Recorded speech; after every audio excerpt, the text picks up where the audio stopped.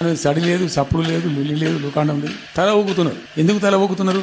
రాష్ట్ర ప్రయోజనాలు కాపాడడానికి లేకపోతే, రాష్ట్రానికి వచ్చిన నీళ్ళని కూడా కాపాడే స్థితి లేకపోతే ఇదేం దద్దమ్మ ప్రభుత్వం? ఇంత చేత కానీ ప్రభుత్వం ఉంటే ఎట్లా? నోరు లేని ప్రభుత్వం ఉంటే ఎట్లా? పెద్ద నోరు పెట్టుకొని పెద్ద గడబడి చేయాలి కదా. ఒక 10 టీఎంసీలు పోతేనే ఒక్కొక్క రాష్ట్రం ఎక్కడ దగ్గర పోయి కొట్లాడతారు. ఇవాళ మొత్తం డిపిఆర్ఏ పంపించి ప్రాజెక్ట్ని ఆగం చేసే పరిస్థితి వస్తే సప్పుడు లేదు ఒకటి. రెండవది, ఇప్పుడేం చేసిండ్రు? ఇరిగేషన్ మంత్రి లెటర్ రాశాడు. వాడు చెప్పిండా చెప్పలేదు బాగుంటుంటారు. 45 టీఎంసీలు ఇవ్వండి మాకు అనుమతి అయితే. ఎట్లా రాస్తావు? నాకు అర్థం కాదు. ఏ ముఖం పెట్టుకుని రాస్తావు? ఇదో ప్రభుత్వమా?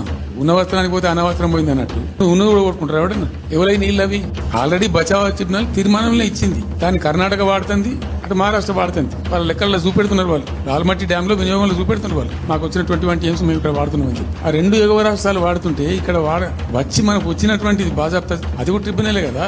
బచావత్ కూడా ట్రిబ్యునలే కదా. ఆ ట్రిబ్యునల్ తీర్పు ద్వారా వచ్చిన 45 టీఎంసీలను ఎందుకు ఆపుతున్నావు ఇప్పుడు? ఇది రాష్ట్ర ప్రభుత్వమా? ఇది ప్రభుత్వం ఉందా? నిద్రపోతున్నారా? ఇంతసేపు రియల్ ఎస్టేట్ దందా తప్ప ఇంకోటి లేదా? ఇల్టు భూములు ఎట్లా అమ్ముదాం, పల్టు భూములు ఎట్లా అమ్ముదాం, ఆ భూములు ఎట్లా దెబ్బ పెడదాం, ఇంకెంత కమిషన్ కొడదాం, ఇది తప్ప రాష్ట్ర ప్రయోజనాలు, నీళ్లు, రైతులు, మనుషులు లేరా? ప్రాజెక్టులు ఎందుకు 2 నెలల నుంచి ₹1 పెట్టలే? ఎందుకు ఒక తట్టడి మట్టి తీయలే? ఎవరు నిరోధించింది మిమ్మల్ని? ఎవరు అడ్డుపడ్డారు మీకు? ఎవరు కట్టేసారు మీ కాలను? అటు పైసా పని చేయరు, నిష్క్రియాపరత్వంగా ఉంటారు.